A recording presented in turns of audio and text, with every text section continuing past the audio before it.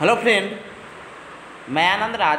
आप लोग भी देखिए, बिहार यूनिवर्सिटी में जो एमएड का एंट्रेंस होने वाला है आपका, देखिए तो उसमें एंट्रेंस होगा, जिसका ज़्यादा नंबर आएगा उसको गवर्नमेंट कॉलेज मिलेगा। इसीलिए आपको क्वेश्चन का पैटर्न समझना बहुत ज़रूरी है।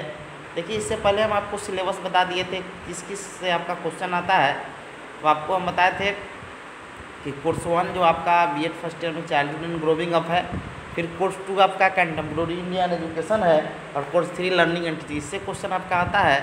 और फिर आपका कोर्स जो 8 बीएड सेकेंड ईयर में है, कोर्स 9 आपका असेसमेंट फॉर लर्निंग है, और C10 आपका जो कोर्स 10 है क्रिएटिव एंड इंक्लूसिव, उससे क्वेश्चन आता है, समझे। तो देखिए ये 2019 में जो हुआ था 19 के सेशन के लिए उसका क्वेश्चन है। देखिए 20-22 सेशन का क्वेश्चन रख लिया गया था, नहीं दिया गया था, समझे। तो उसमें 100 क्वेश्चन आपका था 20-22 सेशन में, और आपका उस वही जो बताया था, समझे। फिर आपको एक और चीज़ बताते हैं, 18 का भी हम क्वेश्चन डाल दिए हैं, तो आप लोग नहीं देखे होंगे तो जाके देख लीजिएगा, समझे। फिर उसके बाद सहरसा का हम एग्ज़ाम दिए हुए थे 19 सिटी सेशन का, तो उसका भी क्वेश्चन हम डाल दिए यूट्यूब पर। तो लिखिएगा BNMU CET सहरसा लिखिएगा तो आपका आ जाएगा। BN मंडल यूनिवर्सिटी के अंतर्गत आता है। तो सेम वही पैटर्न सबका वही है, क्योंकि उसमें भी कोर्स 1, 2, 3 से क्वेश्चन आता है। तो आपको मुख्य जो क्वेश्चन है उसको आपको देख लेना होगा। तो देखिए वही है, Baba Saheb Bhimrao Ambedkar Bihar university Muzaffarpur MEd entrance test 2019 का एक क्वेश्चन है आपका। देखिए इसमें हम पहले नीचा से देखेंगे क्वेश्चन, समझे। नीचा से थोड़ा आपका कोर्स 2, 3 का है, फिर थोड़ा इसमें C9 C10 का भी क्वेश्चन है। तो अब नीचा से क्वेश्चन देखते हैं, फिर आएंगे ऊपर की तरफ, समझे। 50 क्वेश्चन इसमें है, समझे। देखिए पहला क्वेश्चन आपका है कि पावलोव अधिगम के एक अति महत्वपूर्ण सिद्धांत के प्रवर्तक थे, जिसे कहते हैं। देखिए आप लोग कोर्स 3 में पढ़ ले होंगे अधिगम के सिद्धांत, जिसमें आप लोग व्यवहारवादी सिद्धांत पढ़े होंगे, संज्ञानवादी सिद्धांत पढ़े होंगे। तो हम सब सिद्धांत को थोड़ा रिपीट कर देते हैं, आप लोग ध्यान से सुनिएगा, समझे। देखिए मुख्य रूप से 2 सिद्धांत आपका चलता है, व्यवहारवादी सिद्धांत और संज्ञानवादी सिद्धांत है। व्यवहारवादी सिद्धांत में आपका थॉर्नडाइक का थॉर्नडाइक का आपका प्रयास एवं भूल का सिद्धांत पढ़ना है, समझे, जिसे SR थ्योरी कहते हैं। फिर उसके बाद आप लोग स्किनर का पढ़े होंगे क्रिया अनुबंधन सिद्धांत, समझे। फिर उसके बाद जो क्रिया अनुबंधन या क्रिया प्रस्तुत सिद्धांत कहते हैं, जिसे वो आपका हो गया स्किनर का जो 2 नंबर इसमें ऑप्शन दिया हुआ है आपका, वो स्किनर सिद्धांत दिए हैं। फिर आपका शास्त्रीय अनुबंधन का सिद्धांत, जिसे क्लासिकल अनुबंधन भी कहते हैं, इसे ऑपरेट अनुबंधन कहते हैं, याद रखिएगा इसको। ऑपरेट, इसे क्लासिकल, हिंदी में शास्त्रीय अनुबंधन सिद्धांत, जिसे पावलोव दिए हुए थे, समझे। तो ये चीज़ आपको याद रखना होगा। फिर कोहलर ने दिया हुआ था आपका सूज का सिद्धांत, समझे। तो ये सब चीज़ और प्रयोग भी याद रखिएगा कि कोहलर ने चिंपैंजी पर प्रयोग किया था, सुल्तान नामक चिंपैंजी पर। स्किनर ने कबूतर या चूहा पर किया था, पावलोव ने कुत्ता पर किया था, और उसके बाद आपका थॉर्नडाइक ने बिल्ली पर किया था, समझे। तो ये सब याद रखिएगा। वही क्वेश्चन है कि पावलोव अधिगम के एक अति महत्वपूर्ण सिद्धांत के प्रवर्तक हो जिसे कहते हैं क्लासिकल अनुबंधन का सिद्धांत, समझे। तो ये चीज़ याद रखिएगा। ये क्वेश्चन आपके एग्जाम में आने की संभावना है। ये आप CET सहरसा का भी एग्जाम दिए थे तो ये क्वेश्चन पूछा हुआ था, समझे। इसीलिए आप इसको अच्छा से देख लीजिएगा, समझे। दूसरा क्वेश्चन है कि व्यक्तिगत विभिन्नता डैश के कारण होती है। देखिए एक चीज़ आपको बताते हैं, व्यक्तिगत विभिन्नता कहने का मतलब होता है कि दुनिया का प्रत्येक व्यक्ति एक दूसरे से भिन्न है, समझे। तो कैसे भिन्न है, 1 मिनट। देखिए तो वही क्वेश्चन है कि व्यक्तिगत विभिन्नता डैश के कारण हमेशा होता है। देखिए व्यक्तिगत विभिन्नता का मतलब होता है कि दुनिया का प्रत्येक व्यक्ति एक दूसरे से भिन्न है, चाहे वो जुड़वा बच्चा का है न हो, वो भी क्या होता है, एक दूसरे से भिन्न होता है। देखिए एक और क्वेश्चन इसमें पूछेगा कि व्यक्तिगत विभिन्नता का खोज किसने किया था, समझे। याद रखिएगा फ्रांसीसी गाल्टन नामक वैज्ञानिक ने व्यक्तिगत विभिन्नता शब्द का सर्वप्रथम प्रयोग किया था या खोज किया था। तो क्वेश्चन है आपका कि व्यक्तिगत विभिन्नता डैश के कारण हमेशा होती है। देखिए अनुवांशिक जेनेटिक गुण भी थोड़ा होता है, आपका सामाजिक एवं आर्थिक स्थिति भी है, सांवेगिक एवं व्यक्तिगत स्थिति भी है, इसीलिए आपका यहाँ उपयुक्त सभी आंसर हो जाएगा, समझे। यानी व्यक्तिगत विभिन्नता डैश कह रहे हैं आप, अनुवांशिक गुण के आधार पर भी अलग होते हैं, आप सामाजिक एवं आर्थिक स्थिति के आधार पर भी अलग होते हैं, आप सांवेगिक और व्यक्तिगत स्थिति के आधार पर भी एक दूसरे से अलग होते हैं, इसीलिए आंसर क्या हो जाएगा, उपयुक्त सभी हो जाएगा। अगला क्वेश्चन है कि भूलने में किसकी भूमिका सर्वाधिक। देखिए आप लोग फॉरगेटिंग विस्मरण या विस्मृति जो है आप लोग पढ़े होंगे बीएड फर्स्ट ईयर में, समझे। तो कह रहा है कि भूलने में किसकी भूमिका सर्वाधिक होती है, समझे।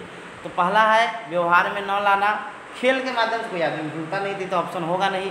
दूसरा है पूर्व अस्थायी अवरोधन, देखिए पूर्व अस्थायी कह रहा है, सिर्फ अस्थायी अवरोधन कहता तो हो जाता, समझे। तीसरा है मौखिक अधिगम, देखिए व्यवहार में हम कोई चीज़ को नहीं लाते हैं। अच्छा को सिंपल एग्जांपल बताते हैं, मान लीजिए हम लोग अपने पापा या मम्मी का नाम हमेशा क्यों याद रखते हैं, क्योंकि वो चीज़ हम अपने व्यवहार में हमेशा याद रहते हैं, याद करते रहते हैं, समझे। जो चीज़ हम अपने व्यवहार में न लाते हैं वो चीज़ को याद है हम भूलने की सर्वाधिक मतलब ये अथी रहता है, भूमिका रहता है, समझे। कोई चीज़ हम अपने व्यवहार, मान लीजिए आप बुक है उसको रेगुलर पढ़िएगा तो वो चीज़ आपको याद रहेगा, उसको अपने व्यवहार में नहीं लाइएगा। व्यवहार में जो चीज़ हमें दिखाई देता है उसे व्यवहार कहते हैं, तो समझे। तो जो चीज़ हम व्यवहार में नहीं लाते हैं वो क्या होता है, हमें भूलने की संभावना अधिक होती है। यानी भूलना विस्मृति क्या होता है, जब हम कोई याद किया हुआ चीज़ अपने स्मृति में नहीं ला पाते हैं, इसी को हम लोग फॉरगेटिंग कहते हैं। तो वही है कि भूलने में किसकी भूमिका सर्वाधिक होती है, तो जिसको हम व्यवहार में न लाते हैं तो हम भूल जाते हैं। तो 48 से क्या हो जाएगा, ए नंबर हो जाएगा, समझे। अगला है व्यक्तित्व परिणाम है। देखिए व्यक्तित्व यानी पर्सनालिटी आपका किस पर निर्भर करता है। देखिए पर्सनालिटी आपका है, देखिए क्वेश्चन इसमें पूछेगा, पर्सनालिटी क्वेश्चन पूछता है, इस बार भी आया था जो हम CET सहरसा के दिए थे। तो पर्सनालिटी पूछेगा लैटिन भाषा के किस शब्द से बना हुआ है, तो याद रखिएगा पर्सनालिटी लैटिन भाषा के पर्सोना शब्द से बना हुआ है, और इस पर्सोना शब्द का अर्थ क्या होता है, मुखौटा या मार्क्स जो होता है, समझे। तो याद रखिएगा ये चीज़, आपके एग्जाम में आने की संभावना है। तो ये व्यक्तित्व परिणाम है। तो देखिए ये आपका जहाँ भी आपका वंशानुक्रम वातावरण का जहाँ भी अंतःक्रिया मिलेगा तो वहाँ उनको उस आंसर को टिक कीजिए, समझे। तो व्यक्तिगत परिणाम होता है आपका वंशानुक्रम एवं वातावरण दोनों का, यानी 47 का क्या आंसर हो जाएगा, डी हो जाएगा। पूछेगा व्यक्तित्व शब्द का मतलब उत्पत्ति लैटिन भाषा किस शब्द से हुई है, तो पर्सोना, पर्सोना क्या होता है, मुखौटा या मार्क्स होता है, समझे। ये 47 का डी हो जाएगा। अगला क्वेश्चन है, देखिए यहाँ आप लोग मोटिवेशन पढ़े होंगे तो एक चीज़ आप जानते होंगे, कह रहा है कि आवश्यकता का जुड़ाव भूख से है, यानी कह रहा है कि आप लोग 4 उसका पद देखे होंगे मोटिवेशन में। तो आवश्यकता का, देखिए कोई चीज़ का आवश्यकता कोई चीज़ की क्यों पड़ता है, जब भूख लगती है तब ना कोई चीज़ की आवश्यकता होता है। अरे मान लो कि आपको भूख लगेगा तब ना कोई चीज़ की आपका आवश्यकता होगी, भोजन की आवश्यकता आपको होगी। जब भूख नहीं लगेगा तब भोजन की आवश्यकता क्यों होगी। तो वही कह रहा है कि आवश्यकता का जुड़ाव भूख से है। तो उद्दीपक मतलब होता है लक्ष्य को बोलते हैं, यानी जो आपका लक्ष्य है। तो आपको भूख लगेगा तो आपके लिए लक्ष्य क्या हो जाएगा, आपके लिए जैसे आप लोग सिंपल एग्जाम्पल आपको देते हैं, बिल्ली वाला आपको एग्जाम्पल याद होगा। तो बिल्ली वाला एग्जाम्पल जब आपको याद होगा तो वहाँ पे एक चीज़ आप देखे होंगे कि जो बिल्ली को जब भूख लगता है तो उसका लक्ष्य उद्दीपक क्या हो जाता है, आपका भोजन हो जाता है, मरी हुई मछली जो मृत मछली रहती है। तो वही कह रहा है कि आवश्यकता का जुड़ाव भूख से है, तो उद्दीपक यानी स्टिमुलस का जुड़ाव किससे होगा, तब भोजन से होगा, समझे। भोजन को देखकर उसको भूख लग गया है, समझे, यानी उसको भूख आवश्यकता है तो उसकी उद्दीपक क्या हो जाएगा, लक्ष्य क्या हो जाएगा, आपका भोजन हो जाएगा, समझे। तो ये क्या हो जाएगा, 46 का आपका ए नंबर हो जाएगा। इंग्लिश में देख लीजिए कि a need is to the hunger, a need is not sorry a need is to hunger, stimulus is to food, समझे, ये चीज़ याद रखिएगा। अगला है कि कह रहा है कि अभिप्रेरणा, इंग्लिश देख लीजिए तो अच्छा समझ, मोटिवेशन को हिंदी में क्या बोलते हैं, अभिप्रेरणा। तो motivation consist for the following, का नहीं कह रहा है कि अभिप्रेम में निम्नलिखित पक्ष समाहित होते हैं। तो आंतरिक अवस्था एवं अंतिम लक्ष्य, आंतरिक अवस्था एवं भिन्न क्रिया। एक और देखिए एक चीज़ आपको बताते हैं, आप हमेशा एक चीज़ याद रखिएगा कि जब भी मोटिवेशन होता है ना, मोटिवेशन आपका होगा तो आपका क्या होगा कि आपका आंतरिक अवस्था होगा और आपका अंतिम लक्ष्य होता है, समझे। आप क्या होइएगा कि जब आप मोटिवेशन में जब होइएगा तो आपका आंतरिक अवस्था होगा और क्या होगा, आपका अंतिम लक्ष्य होगा। इसलिए 45 से क्या हो जाएगा, ए नंबर हो जाएगा, समझे। अगला क्वेश्चन है कि अधिगम का तात्पर्य, आप लोग C9 में पढ़े होंगे कि लर्निंग क्या होता है, कि हम अपने व्यवहार में जब अस्थायी परिवर्तन ले आ जाते हैं, अभ्यास प्रशिक्षण के द्वारा, इसे हम लोग क्या कहते हैं, अधिगम कहते हैं। तो अधिगम का तात्पर्य यहाँ क्या हो जाएगा, तो अभ्यास द्वारा व्यवहार में अपेक्षाकृत अस्थायी परिवर्तन होना चाहिए, समझे। तो ये क्या हो जाएगा, अस्थायी परिवर्तन नहीं, अस्थायी होगा तो गलत हो जाएगा, वो अधिगम नहीं होगा, समझे। अधिगम के लिए अस्थायी परिवर्तन होना चाहिए अपने व्यवहार में, समझे। तो 44 से क्या आ जाएगा, C नंबर हो जाएगा। अगला क्वेश्चन है कि किशोरावस्था डैश का काल है। तो आपको बताया थे कि स्टर्नी हॉल एक मनोवैज्ञानिक थे, वो बताए हुए थे किशोरावस्था तनाव तूफान एवं आंधियम की अवस्था, तनाव तूफान संघर्ष की अवस्था है, समझे। तो आपका 43 से क्या हो जाएगा।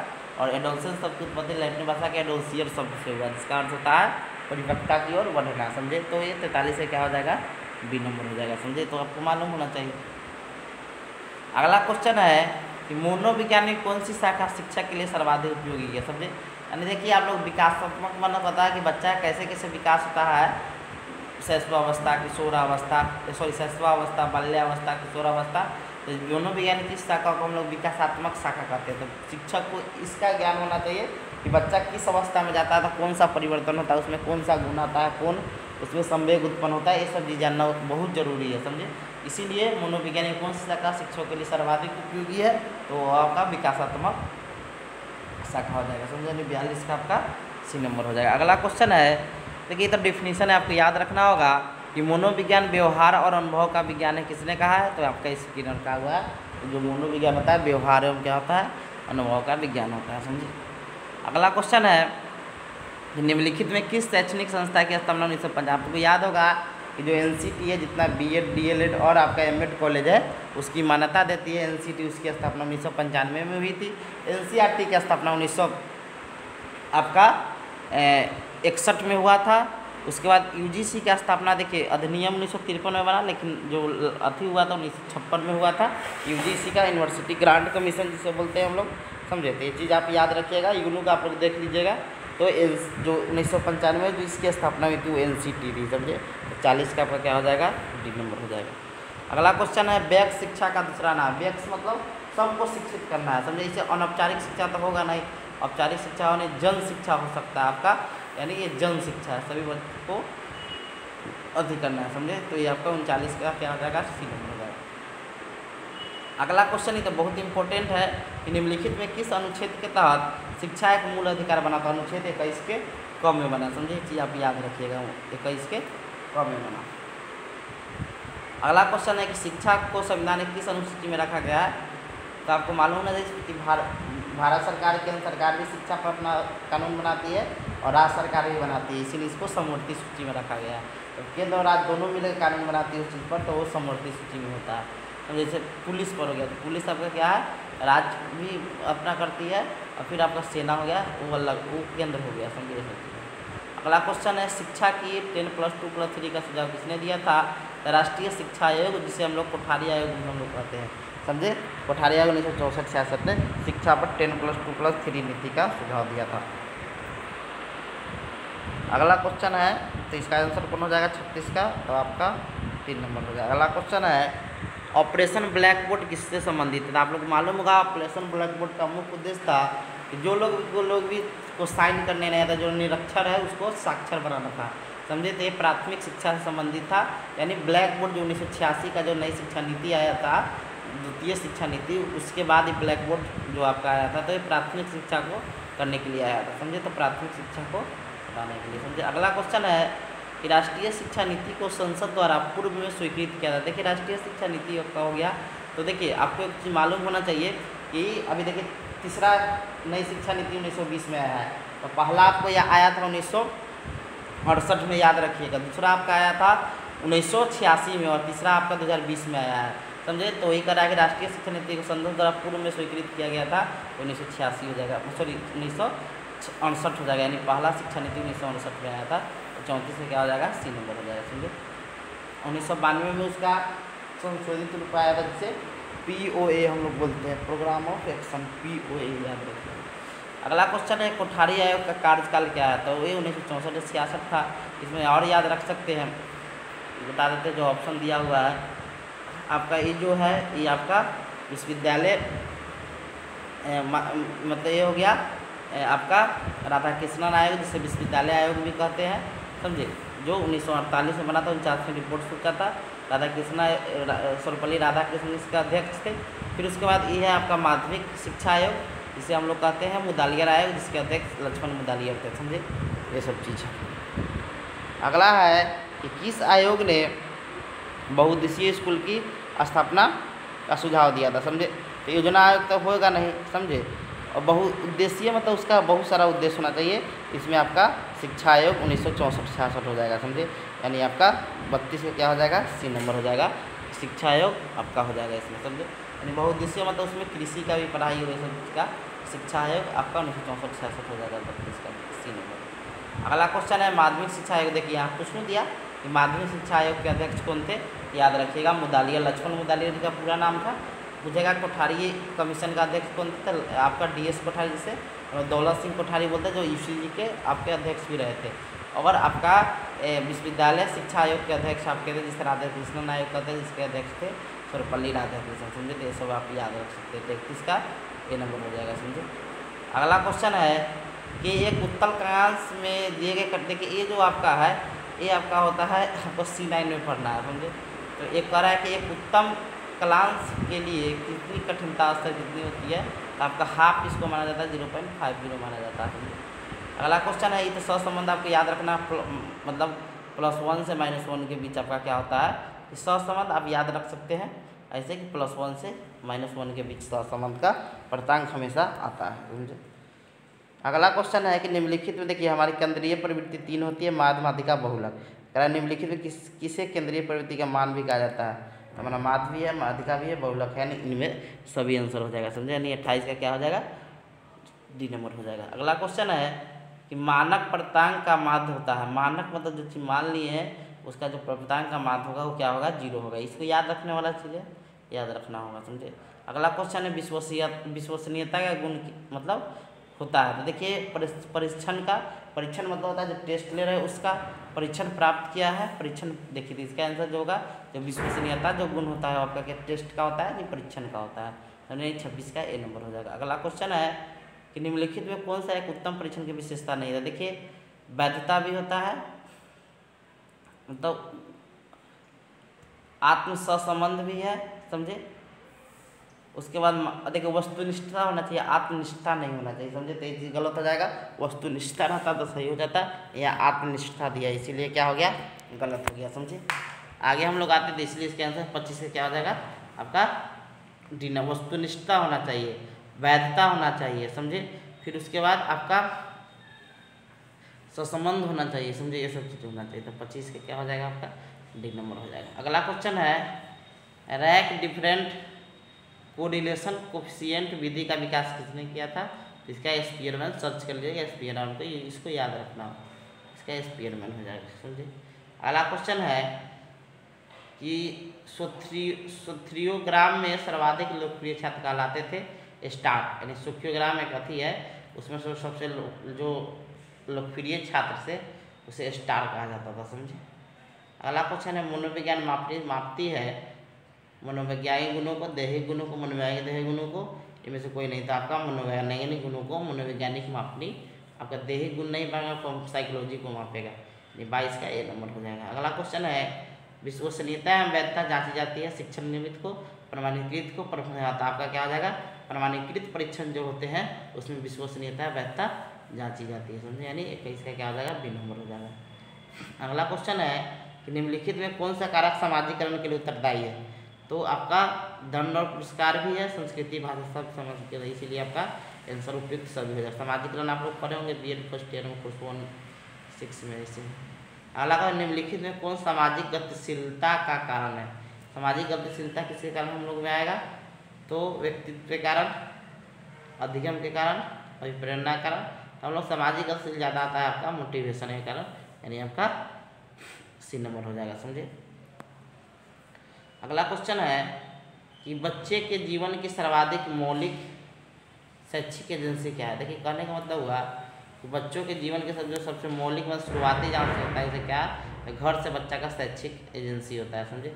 उसके बाद तब विद्यालय होता है, इसीलिए इसका आंसर क्या आ जाएगा 18 का 1 नंबर हो जाएगा, समझे, घर। अगला क्वेश्चन है कि समाजशास्त्र का जनक कौन है। तो इसको दिया अगस्त कोस्ट है, इसको तो आपको याद रखना है। कुमटे है आपका, अगस्त कुमटे है, इसको याद रखिएगा, समझे। अगला क्वेश्चन है कुछ नहीं बता रहा है, थोड़ा 1-2 क्वेश्चन ब्लर हो गया है। अगला क्वेश्चन है कि which the following the independent, मतलब कौन जो है इंडिपेंडेंट ऑफ द कल्चर, संस्कृति से कौन स्वतंत्र है। तो अपराधी, उसके बाद है पागल, सभ्य व्यक्ति तो जो पागल होता है उसको कोई मतलब नहीं है संस्कृति से, इसीलिए 16 का बी नंबर हो जाएगा, समझे। अगला क्वेश्चन है कि सर्वोदय आंदोलन, देखिए सर्वोदय आंदोलन का जो सूत्रपात किया था वो महात्मा गांधी, और भूदान आंदोलन पूछा है किसने चलाया था, तो आपका विनोबा भावे चलाए थे, समझे। अगला क्वेश्चन, निम्नलिखित में कौन सा सामाजिक तंत्र को समस्या नहीं है, अनुकूलन, शिक्षा, उद्देश्य प्राप्ति, एकीकरण। नहीं कह रहा है कौन मतलब अथी नहीं है, तो निम्नलिखित में कह रहा है कौन सामाजिकरण तंत्र की समस्या मतलब नहीं है, तो आपका अनुकूलन हो गया, शिक्षा हो गया, आपका इसमें उद्देश्य प्राप्ति भी हो सकता है, समझे। तो 14 का उद्देश्य प्राप्ति। अगला क्वेश्चन, सामाजिक बदलाव का मुख्य कारण क्या है, शिक्षा, सबसे बड़ा कारण शिक्षा है, शिक्षा से ही सब चीज़ बदल सकते हैं, समझे। अगला क्वेश्चन, योग दर्शन के प्रति आप लोग जानते हैं पतंजलि है, इसमें तो कोई है नहीं। अगला क्वेश्चन है, विश्व भारती जो रविन्द्रनाथ टैगोर बनवाए थे 1921 ईस्वी में, देखिए पहले 1901 ईस्वी में खोले थे, यूनिवर्सिटी नहीं था, छोटा था, विश्व भारती यूनिवर्सिटी नहीं छोटा था, लेकिन जब 13 में जब वो अथी जीतते नोबेल प्राइज, तो उनको पैसा मिला, तो उससे वो उसको यूनिवर्सिटी में बदल दिए थे, इसीलिए 21 का क्या हो जाएगा, सॉरी 11 क्या हो जाएगा आपका 1921 हो जाएगा। अगला क्वेश्चन है, शिक्षा का सर्वाधिक महत्वपूर्ण उद्देश्य है, मानसिक व्याचार यानी आपका अंतर्निहित शक्तियों का विकास करना मुख्य उद्देश्य ये है, तब आपका सर्वांगीण विकास हो जाएगा, तो 16 का डी हो जाएगा, सॉरी 10 का डी हो जाएगा। 9 नंबर क्वेश्चन है कि टैगोर की जीवन कथा जो है क्या है, कविता है, जो सॉरी टैगोर की जो गीतांजलि है वो एक क्या है आपकी कविता है, समझे। अगला, राष्ट्रीय एकता में बाधा होता है आपका क्या, जातीयता, जाति के आधार पर देखना अभी बता रहा है ना सब चीज़, तो ये चीज़ नहीं होना चाहिए, आप में प्रजातंत्र होना चाहिए, भावात्मकता होना चाहिए, तो राष्ट्रीय एकता में बाधा है आपका जातीयता, समझे। अगला क्वेश्चन है कि पौधे कृषि कार्य द्वारा विकसित होते हैं और मनुष्य शिक्षा द्वारा करते हैं, क्या है, तो रूसो का कथन है, क्योंकि वो प्रकृतिवादी थे। अगला क्वेश्चन है, बेसिक शिक्षा का दर्शन किसने दिया था, तो वो आपका गांधी जी दिए थे, समझे। अगला क्वेश्चन है, आदर्शवाद के प्रवर्तक कौन है, प्लेटो है, समझे। इसमें आपका अरस्तू है, लेकिन वो बाद में आए थे, पहले प्लेटो आए थे, समझो। अगला क्वेश्चन है कि गिरण्य पत्रिका कौन है, तो आपके फ्रोवेल महोदय हैं। फिर है, त्रिनाथ किस दर्शन था, जैन धर्म में चलता है ये चीज़। कौन सी शिक्षा के उद्देश्य को सुनिश्चित करने वाले मुख्य विषय था, पटचर्या सब चीज़ को कंट्रोल करते, इसमें सब आपका चीज़ आ जाएगा। लास्ट एक है कि एक विद्यार्थी के बुद्धि का मामला निम्नलिखित किस स्किल द्वारा किया जाता है, तो आपका अंतरित, मतलब वो आपके बुद्धि लब्धि के द्वारा करते हैं, समझे, तो अंतरित हो जाएगा, समझे। तो ये आपका क्वेश्चन हो गया, समझे। और इसका पैटर्न आपको पता, कुछ प्रैक्टिस सेट भी लेके आएगा, समझे।